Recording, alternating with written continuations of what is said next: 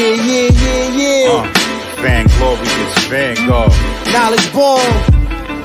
Yeah. United Front. Tell it. What you want. To the Knowledge Radio. We in here. What you got? Dot. Work hard as a slave to one day be your savior. The wave unwavering. This is a labor of love. Rise with a purpose every day. Invigorated. If we were on TV, we'd be 10 times syndicated. If we waited for validation, a paycheck or accolades, we'd be starved, already lost or ran away. But when you're square solid and you circle too, you don't need a place for silence. The concept is conquered through media, not areas of people activity. A mix that don't lose ethnicity, tightness that don't lose elasticity. Explicitly, this isn't where we give the novice regard. Nah, this is where knowledge is born. Last time that I checked, I'm undefeated. Deliver edicts, can't resist when the gods build and manifest freedom. When lines get crossed, they may push a loss, cause they get handed a check. We kick a can and cancel your cancerous gestures. A prophet vision, precision, the prescription for the sickness is to inoculate your fate with the winning. Arrogant beginnings turn to humble endings. And US with KBA is a win-win. 1K.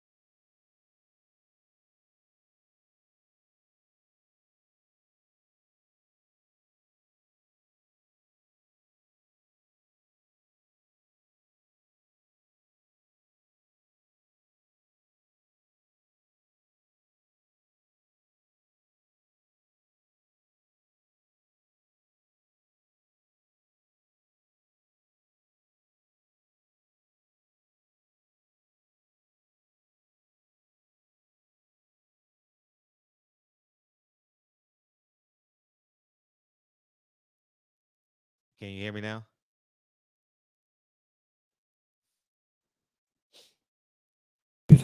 Power Family, welcome to another episode. Knowledge One Live here. To check us out. So live on our YouTube channel / Do the Knowledge Radio today with a phenomenal 65 years. You understand, but yeah, IG as well.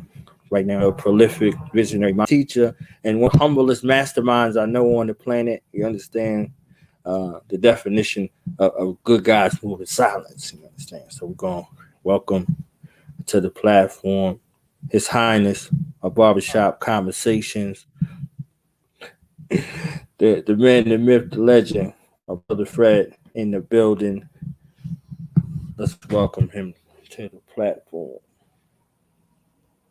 I appreciate you, man, for having me on. Well, it's definitely love. You know, we've been striving to do this for a minute. Can never get our schedules together. Finally here. Like, yeah, right. We were like, all right, we're going to do it on this day. And either I'm live or you live or we live at the same time or post the content. You know what I'm saying? So all of it working together in tandem, you know, for the greatness. You see what I'm saying? So let me start with that. Like, how you feeling? You know what I mean? How was your 2020? I can ask you that shit now. Like, how was your 2020? 2020 was good.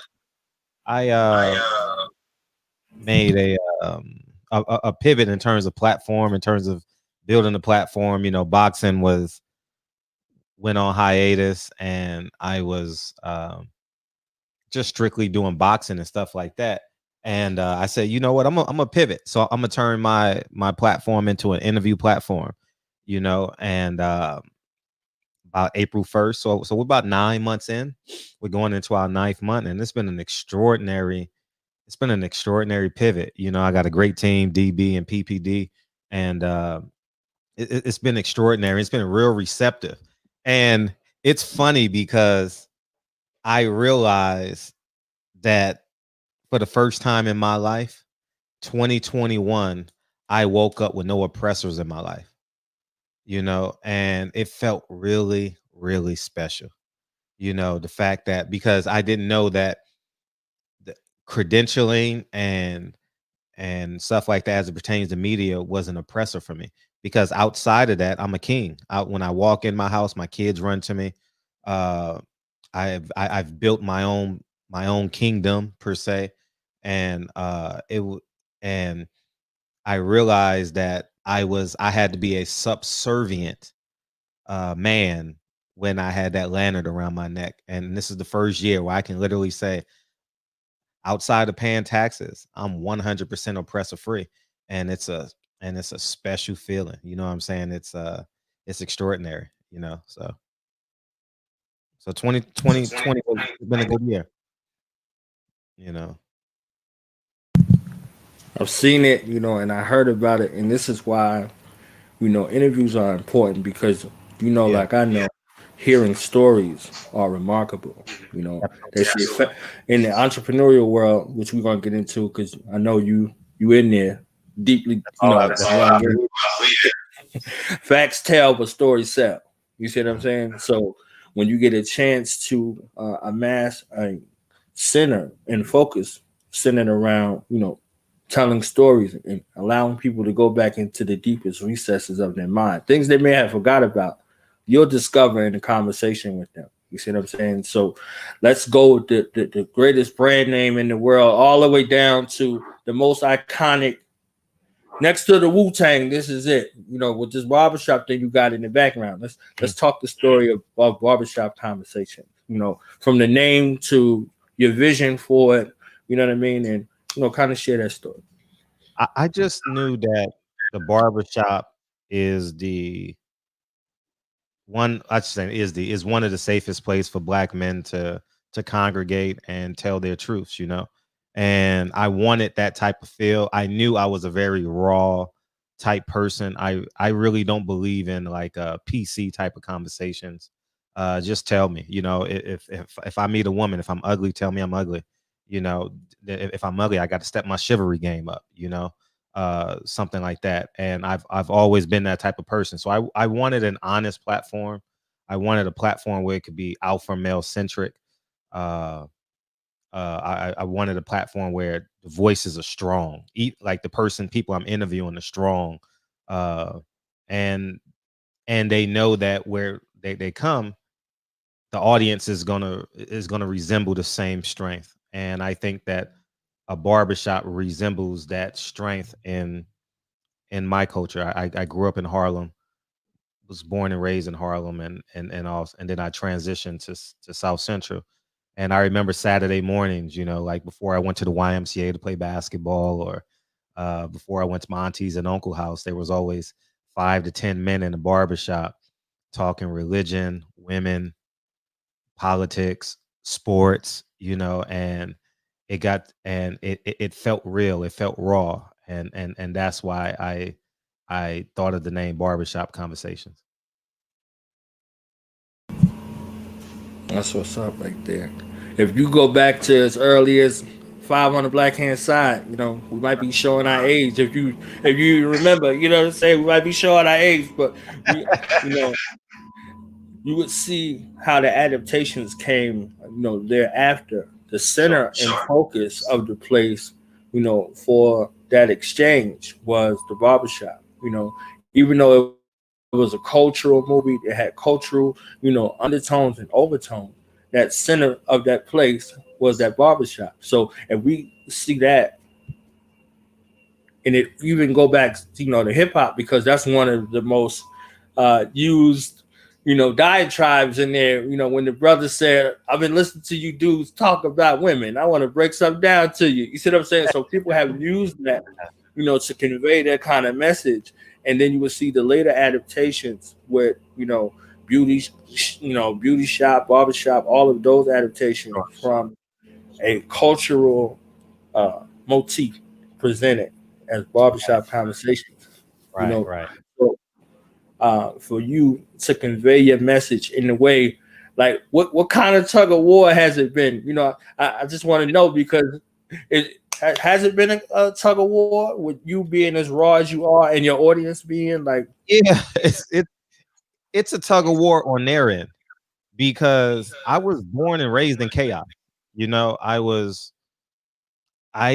never really had like that type of, I had the love, but didn't really have a foundation. So chaos is pretty normal for me. A man disagreeing with me is normal with me. A man wanting to fight me is pretty common to me. A man disagreeing with me is pretty common, you know. So I never really felt uncomfortable. I understand that the person that's doing it, that's being interviewed, is more important than me. So I do as much research as I can and try and frame questions and or the energy, the frequencies, to make it as copacetic as possible. But I'm still going to ask, how did you get knocked out? You know, I'm still going to ask, how come you said black fighters don't sell? You know, I'm still going to ask those questions, but we're going to get there.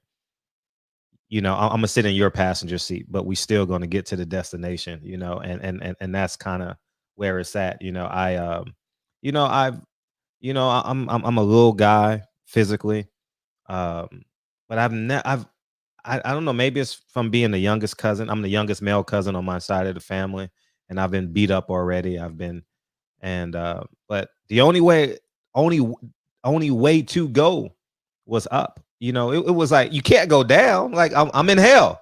You know, the crack era dominated my family. I'm already in hell. Like there's no lowest point. You know, so I've never been a fearful type person. Like I don't know.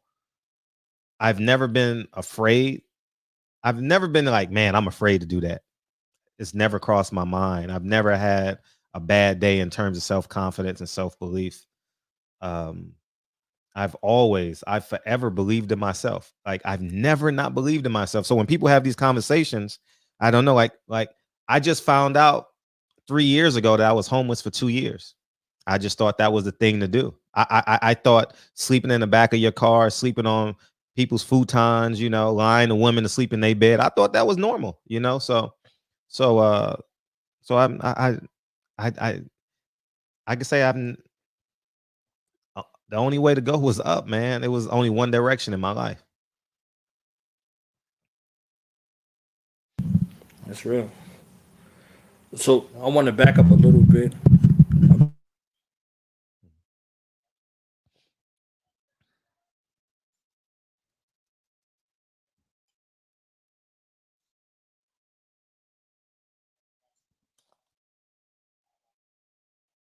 I can't hear you. You're on mute.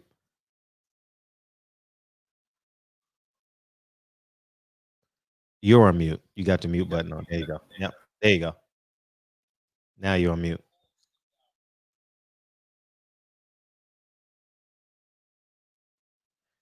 You okay? Now we're good. Yeah, my little chords out. Okay, no worries. We're working it out. We got time. What's Yeah, I up, wanted D? to go back. Go ahead. Go ahead.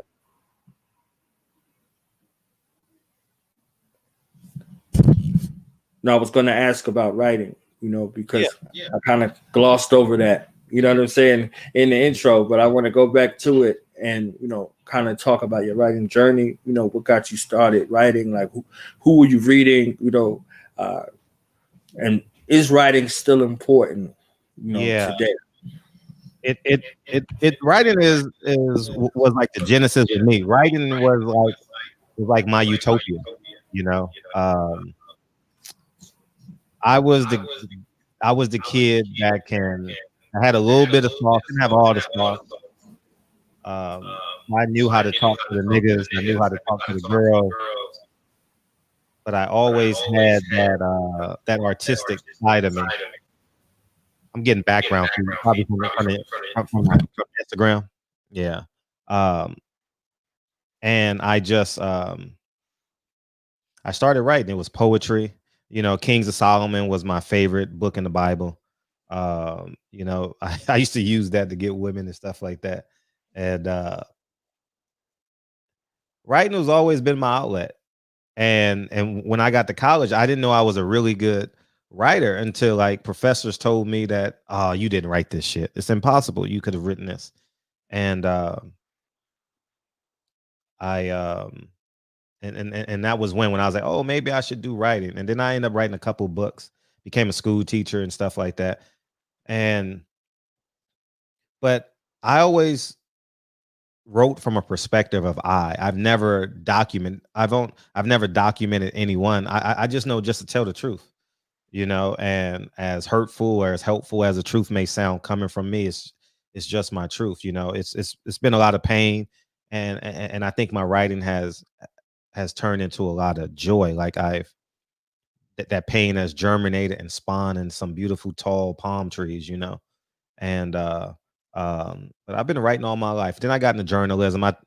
I truth be told, I paid for a Floyd Mayweather fight years ago. I couldn't tell you what fight it was. And I said, you know what? I'm never paying for a fight again. And I had a friend by the name of Ken Miller, who was the chief editor at the LA Sentinel, which is the largest Black publication here in the state of California. And I said, hey, give me a shot. So I shagged him for free, didn't make any money off of it. Would go with him to Vegas for all the fights. And then I said, Ken, I'm ready to go now. I get it, you know. And then thus came Barbershop Conversations. So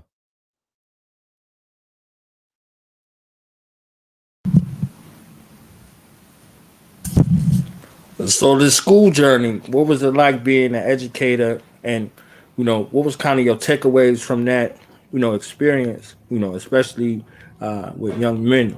You see what I'm saying, young men, and what do we need to know about the education system, for our children who are still in public school, man, and it's kind rigged, of navigate that. man. That shit is so rigged, man. The education system is definitely against us. You know, like I'll just share my personal experiences. I was teacher of the year. I was the best teacher in the school district. Um, Man, some of the things we did. We wrote the first school play from scratch in school history. We did the LA Marathon, raised thousands of dollars for cancer. I was there every day. I was young, brash, and I didn't have the intelligence, but I had the energy. I had the know-how, and I got laid off. So from that perspective, it it tells you that our school system is flawed because whereas and I'm symbolic. I represent the thousands of educated men and women that graduate from college and aspire to be school teachers. And the young vibrant teachers is kind of where it's at, you know. Um and they don't value that. They value the logistics of school. They value, are they here?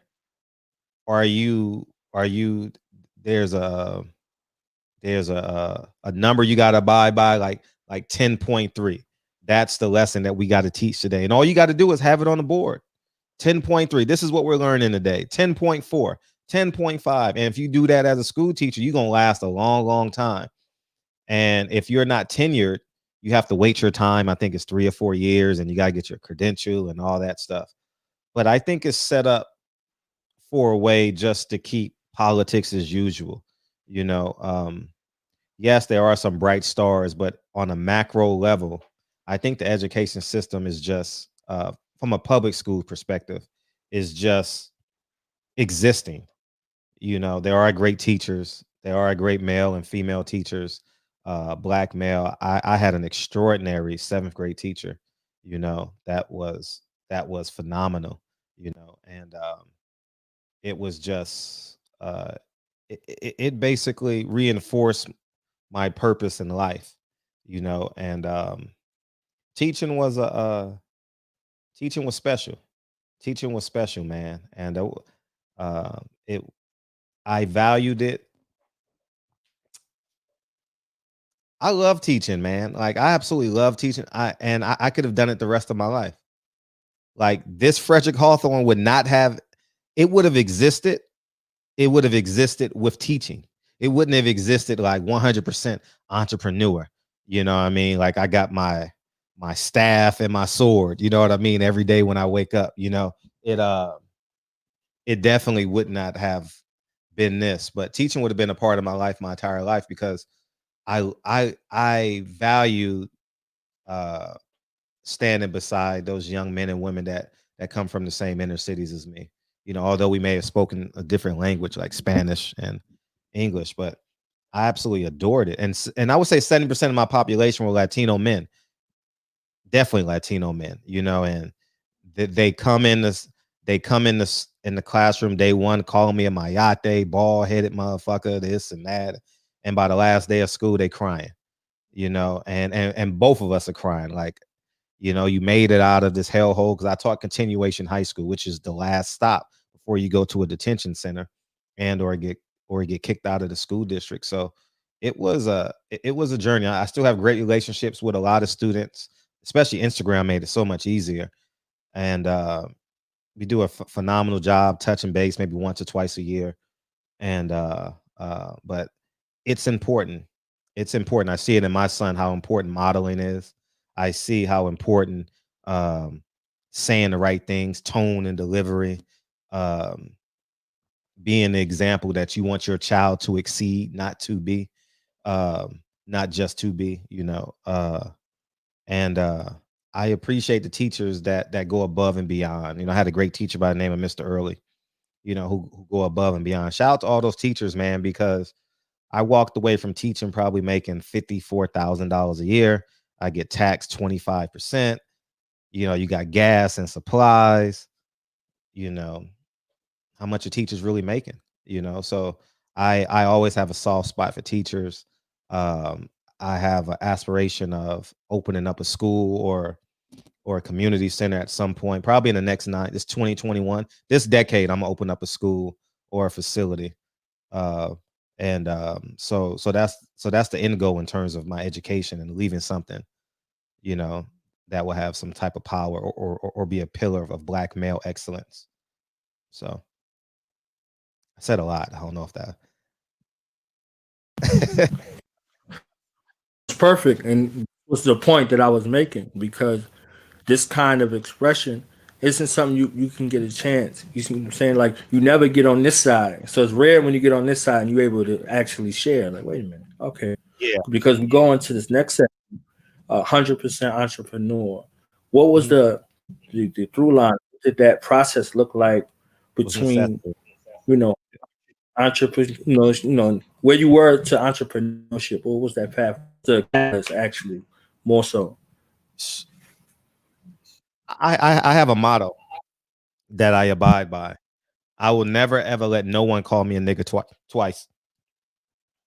I don't care if you're a Black man, Mexican man, white woman, etc., or Jewish man.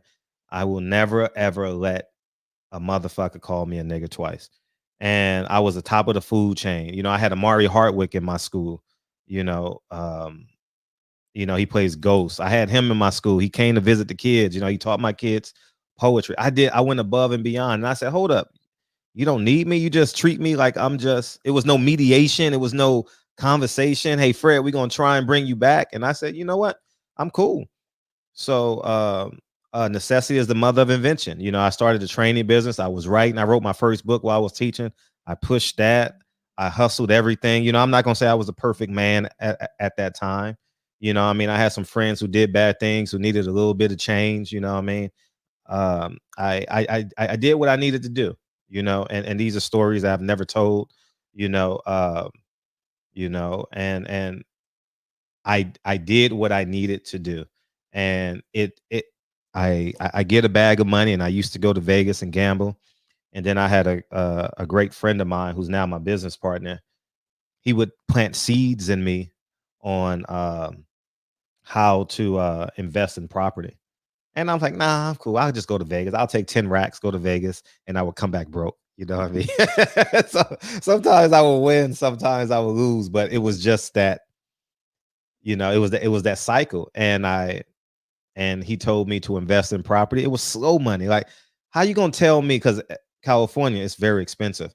You tell me to invest $100,000, and I'm only getting $3,000 back, and I'm only clearing about $1,200 a month. Come on, man, give me a break. How you gonna tell me to do that when my nigga just said, let me borrow 15 racks. I swear to God, I'll bring you 17.5. That's a deal to me.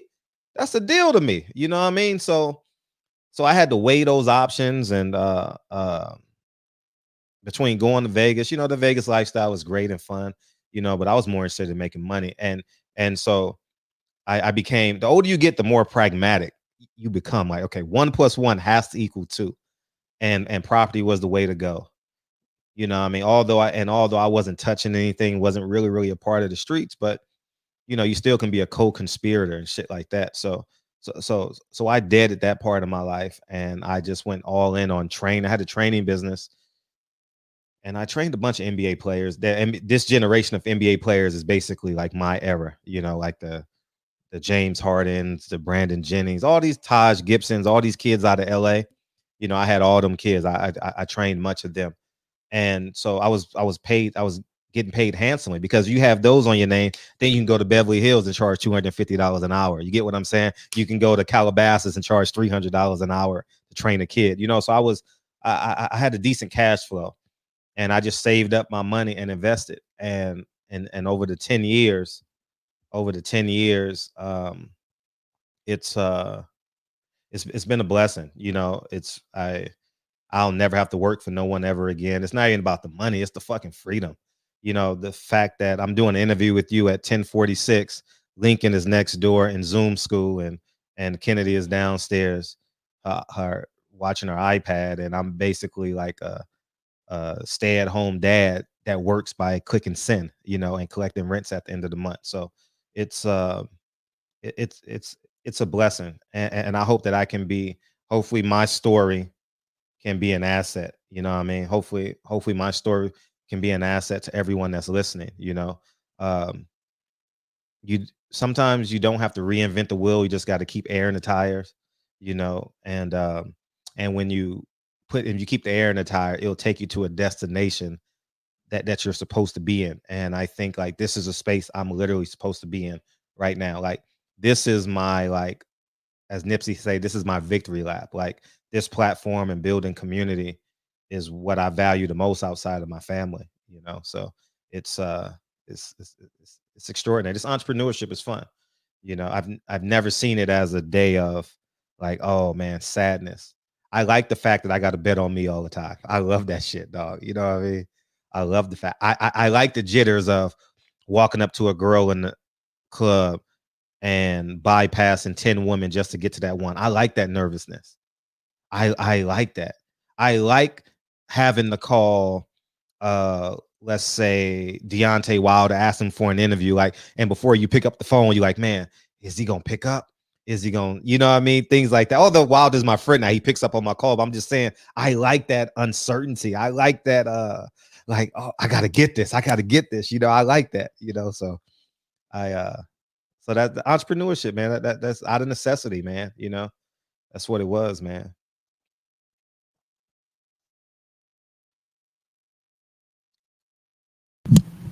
Now, investing, those facets, Yeah. there's a tug of war between, some underlying current real estate or stocks. I know you heavily invested, in which one, and we've seen a couple of little arguments about people in their niche, So what is it as an investor, all around?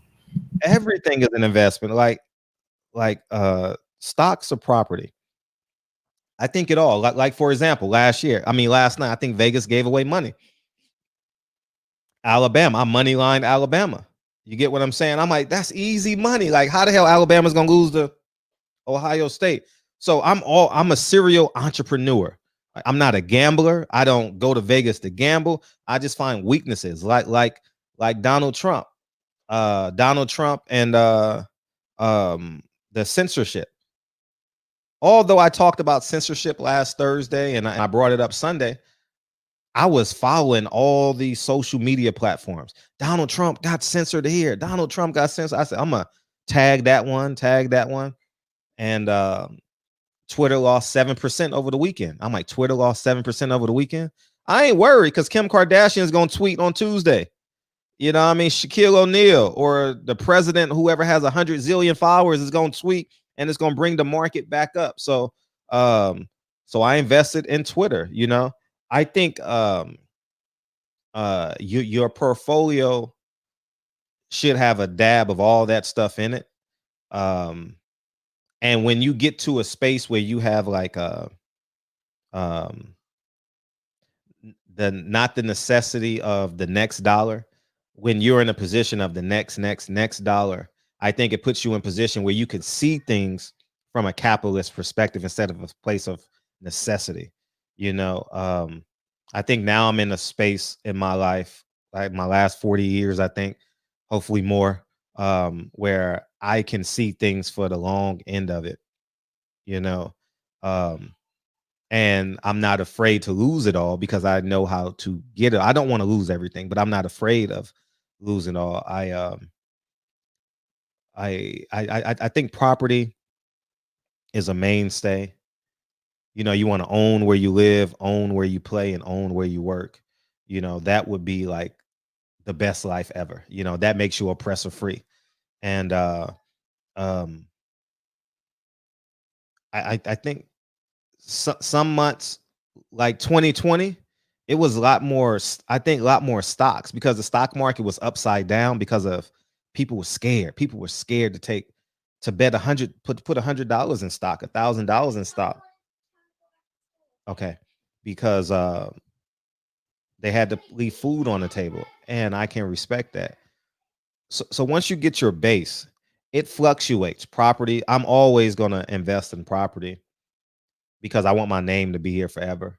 I'm gonna take pride in 100 years from now, my great grandson saying, uh, "We all started this because of Frederick Hathorne." That's really really important to me, and along with the education that comes with it. So I think the stock market it's uneven. It's like a fulcrum. You know, get as much as you can while you can. I'll never buy anything without looking at their shareholders. I don't go to Target without looking at the stock prices. I'll never go. I'm just programmed that way now. Like for example, I'll give a great example of last week. Last week, that guy Anderson Cooper mentioned Olive Garden. My first thought was to go to the Olive Garden stock. That shit was trending on my timeline. Don't you know I bought what's it called? DRI. The stock is called DRI. It's a restaurant. They own many restaurants. It's D something. I bought it that Tuesday or Wednesday. No, it was Thursday. I bought it Thursday. Yeah, I bought it Thursday. Friday went up $3.51 a share. So it's you just don't know, So it's like an uneven flow, but I just believe in just just keeping your ears open, keeping your ears open, So it's a balance, man. It's if some days stock is gonna worth more, like yesterday, I'm like, everyone better jump on this Twitter bandwagon. This Twitter bandwagon. I made $2 a share yesterday, not doing anything. I made $2.10 a share, not doing anything. But okay, not doing anything, So that's basically it, you know. Go ahead. I'm ready.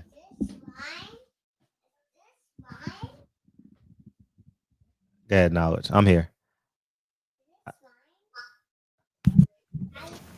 Okay, so now we get to talk about the show. For these last Okay. few minutes that we had, barbershop conversations.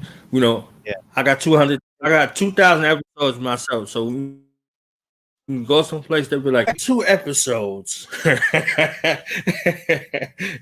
If you had to pick 5 episodes, or whatever the case may be. Uh-huh. I won't ask about episodes. I'll say defining moments in your career before the pivot and after the pivot. You can Before share. the pivot. Oh man. Whew. I would say knowing the power of my voice.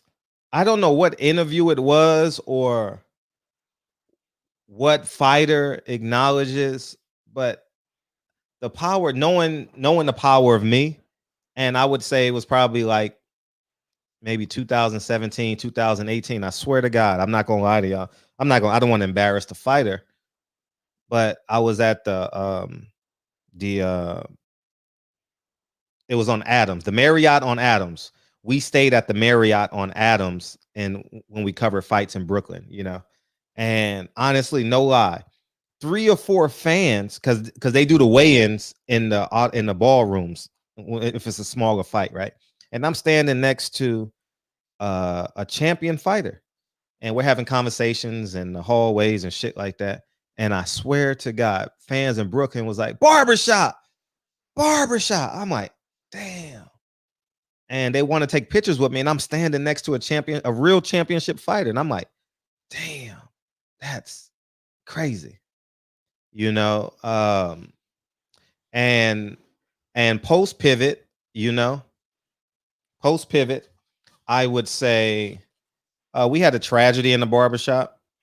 A young man lost here you go, Kiki. Go ahead, thank you. Lost 2 of his kids, and it broke everyone's heart in the barbershop. I think we raised, but here's the more beautiful thing about it. We talk about community a lot.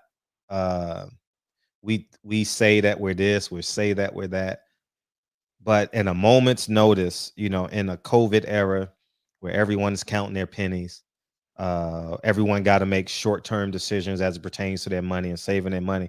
We raised thousands of dollars for this kid in one show. We raised thousands of dollars, and the boxing world heard it. Earl Spence flew him out to a fight. On my word, I was gonna pay for the fight. Earl Spence picked up the ticket for me. Just on my word. Like, Earl, can you do something for this kid? You're his favorite fighter. He flew him out. Took him less than 24 hours to respond. The fact that the barbershop is a safe haven for Black fighters, even if I disagree with them. I don't disrespect them. I definitely demand and expect the honesty from them, but it's a safe place for them. Like Deontay Wilder's, Gary Russell, I see DB in the chat, women are respected there. That was, and for me, another moment was we had a guy named Jarvis, and Tank. They owned businesses, and we supported them 9,000. Now Tank's Black Star Collectibles inked the deal with the producer of the show, PPD, and now she's selling her medallions out of that store. Jarvis sewed numerous sweaters on the show, and we actually popped up at his pop-up, at a moment's notice. So it's just a beautiful thing, man. It's a big community. I consider them family. And I had I was telling Patty about this one time, that the beauty and the curse of it is now we have to expand our emotional currency, like our circumference of emotions now, because it was just my immediate family. And now I have to care about the well-being of like DB, Patty Dean, Deacon 305 is an older man. So I had to tell Deacon, like, or Deacon or Triple OG, like, if something happens to you, we want to know this. You get what I'm saying? So the community is, and I'm leaving out hundreds of people, but they represent all of us in the barbershop, and it's a special feeling, because how cool is this? We did a show last night. Kendall Gill says, "Oh yeah, DB, that's the guy from LA." That's cool, right? That's super cool that he's like, "Oh yeah, that's cool to me." Like, we are who we say we are. In the words, I had to remix Diddy Green. I see SS Caesar. He has a nickname. It's a sound. It's you know what I mean? Like, we're from 9 until whenever. You know what I mean? We've laughed. I'm gonna say I've laughed, I've cried, and been inspired. Jim Valvano said that's a full day when you've laughed, cried, and been inspired in one day. So I've done all that in the barbershop, and it's a special place. You know, it's a special place. Tonight we got Bob Arum in the barbershop. You know what I mean? I've gone to blows with Bob Arum for probably 8 of my 10 years as a journalist. Been on his head. How come black fighters don't get this? How come blah, blah, blah, blah? I've been on his head, and you know, and he still comes. You know what I mean? He still comes, you know, and it's just a beautiful thing when people respect your platform. I'm not the most perfect man, but you know, I'm gonna spill some blood, you know what I mean, everywhere I go. So that's so I would say those two moments. But the barbershop in itself, the fact that Triple OG can come in and I can be myself. I like yesterday he called in and I cracked a joke on him, and it's harmless. He shoots back, it's harmless. Real Rap has a terrible hairline. It's nothing personal, you know. Fred has no hair, you know, he can't grow hair. If he did, he would look like George Jefferson. You know what I mean? Like I like that about the shop. Like I really, really like that, you know. So, you know, Tone Brown don't get no women, you know what I mean? He's been on the sabbatical for 2 years plus, you know, it's just a beautiful place to be, you know, and it, it's it's fun. So, but those two moments, you know, those two moments.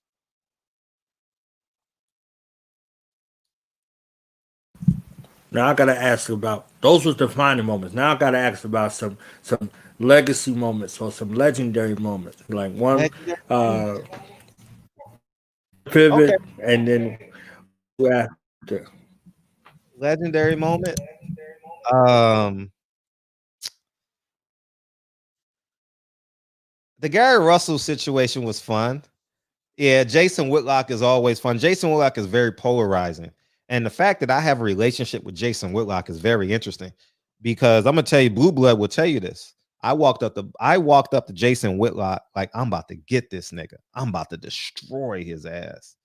We're in the MGM and my camera is hot. I'm about to lay into this nigga. And he's just an interesting guy. He knows how to frame words.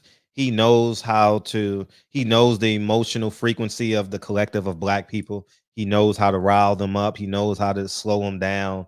And he's real good at that. And whether he does it disingenuine or whether he does it genuinely, that's a that is a that's your own personal decision. But he's a very interesting guy. We've had so many, man. Gary Russell negotiation started on the platform. Um, Deontay Wilder's one of Deontay Wilder's first interviews. We just recently had Sugar Hill, Tyson Fury's trainer, came right into the depths of hell from his perspective and came into Deontay Wilder country and spoke to the fans about his side of the story and what he saw and what he's seen as it pertains to Wilder Fury 2.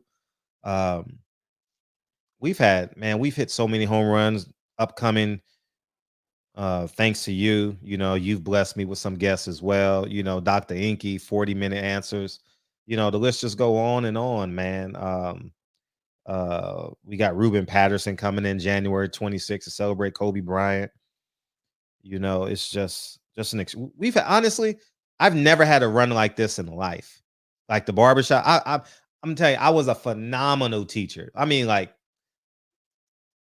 you would cry if you couldn't get me in your if you brought your son or daughter to my school, you would say, man, can they be in Mr. Hawthorne's class? I was that teacher in the school. But this run that we're doing, it's very concentrated. PPD does a phenomenal job. DB does a phenomenal job, and everyone else does. Man, it's I wouldn't even say job. They be themselves. You know, Professor Jody Armour to come in with his accolades. I mean, God, it just keeps going, right? Charles Duke Tanner, you know what I mean? He got pardoned by Donald Trump. 24 hours later, he's in the barbershop. Shout out to Duke, man. Shout out to Troy, too, man. He set that up. Michael Eric Dyson. I mean, the list goes on and on. Like, I'm like Jay-Z, man. I got hits, man. I got hits to your beats, man. You know? So, man, it's yeah, man. Go ahead. That's got a lot of defining moments. You know, Jonathan Gibson, man. I just see him in the chat, man. Jonathan Gibson, man, is a great kid, man. He came into the barbershop, man. Played in the NBA. He's playing in China, man. Making all that money. I need to borrow $10 from him. You know, yeah. You know, we just phenomenal, man. It's just phenomenal teamwork, man. I don't ask no more. I just expect. You know, like PPD, who we got coming on the show tonight? We have Rizza Islam. I mean, damn, like you know. You know, so it's just amazing. You know, DB always corrects my wrongs in his type of way. You know, he's mad at me because I said Kobe's not better than Mike, you know. So, but it's cool. You know, it's cool. We'll come back to my we'll come back. We'll come back tonight and hash it out some more.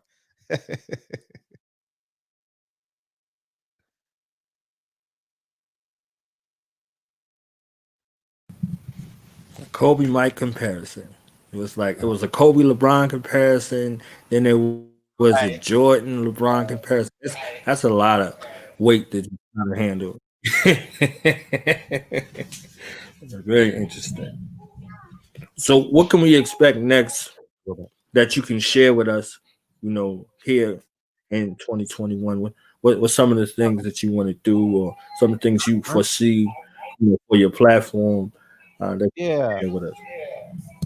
I I want to do I would love to do travel and do some community events when the nation opens up, you know, like around fights and stuff, like, and just have like kind of what I've been doing, but make it a little bit more intimate. You know, maybe we'll do a dinner, maybe we'll do a brunch, and people can talk and congregate and have a great time. I would love to do stuff like that. We have an award show that we're fundraising for. Um, we have yeah, so we're trying to do an award show. We're not trying. I think we raised about $1,500 so far. We got about $3,500 more to go. We got that. And I would love to be an asset to the community too. You know, like I want to be a platform where it's resource driven as well as solution based. You know, so so with that being said, like stuff like that, you know, stuff like that. I think that's I definitely know we're moving in the right direction. I was telling PPD that yesterday. Welcome to the show. That's Kennedy. And no, don't push no more. And I was telling her next year we got to have some new sacrifices. You know, we making because it's Welcome to the show.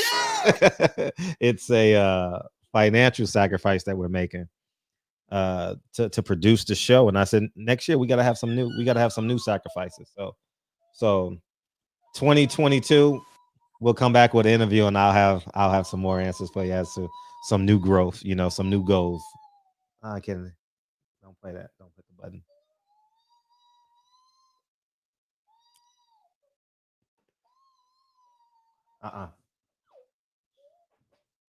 I'm here, knowledge. Go ahead. Oh, you frozen. Oh, no, I see you now. Go ahead.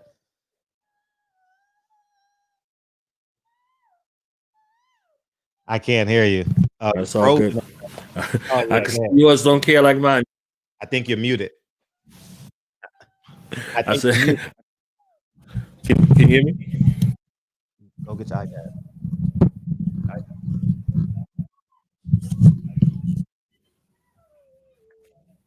Can you hear me now?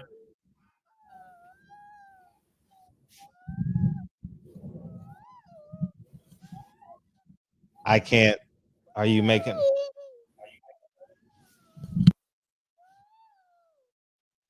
I think you got to unmute yourself. Oh, I guess he went out. So we'll just filibuster till he comes back in. You know what I'm saying? You know what I mean? Like DB say, you got that Clipper Wi-Fi. You know what I mean? You need that Laker Wi-Fi.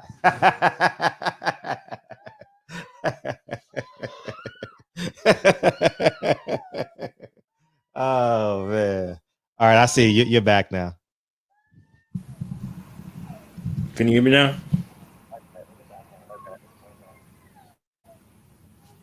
Go pick up your roll. Go put your bowl in the sink.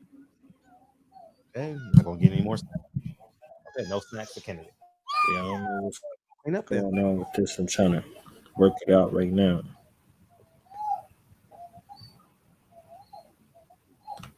I can't hear you. Oh, it's me. Kennedy pushed the button. I'm sorry. It was me the whole time. Oh man.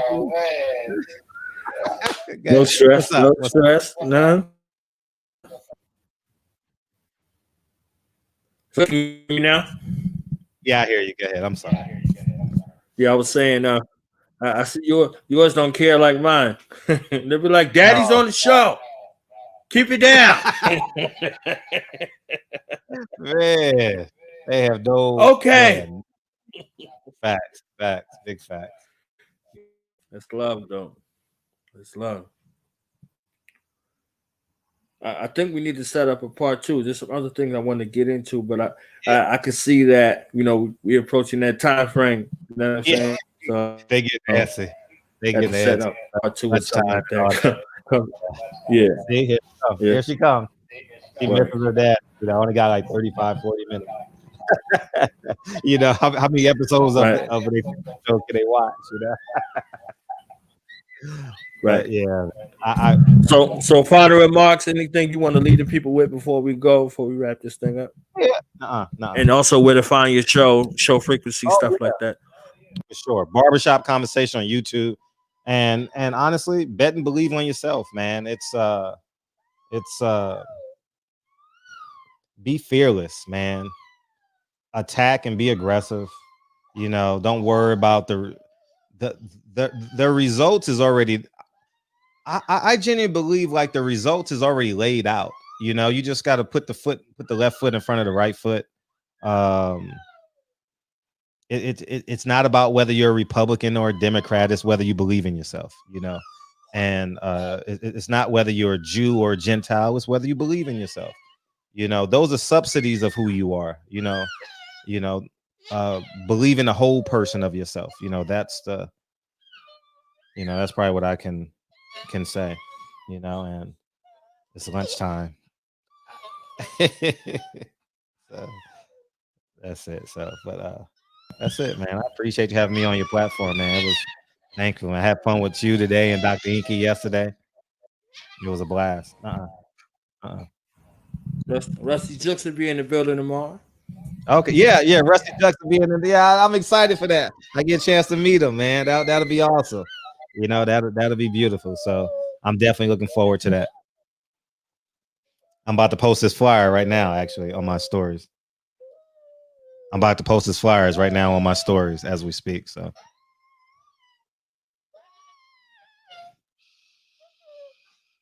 Well, definitely thank you for your time, and we're about to be up out of this joint. That's love, man. I appreciate you.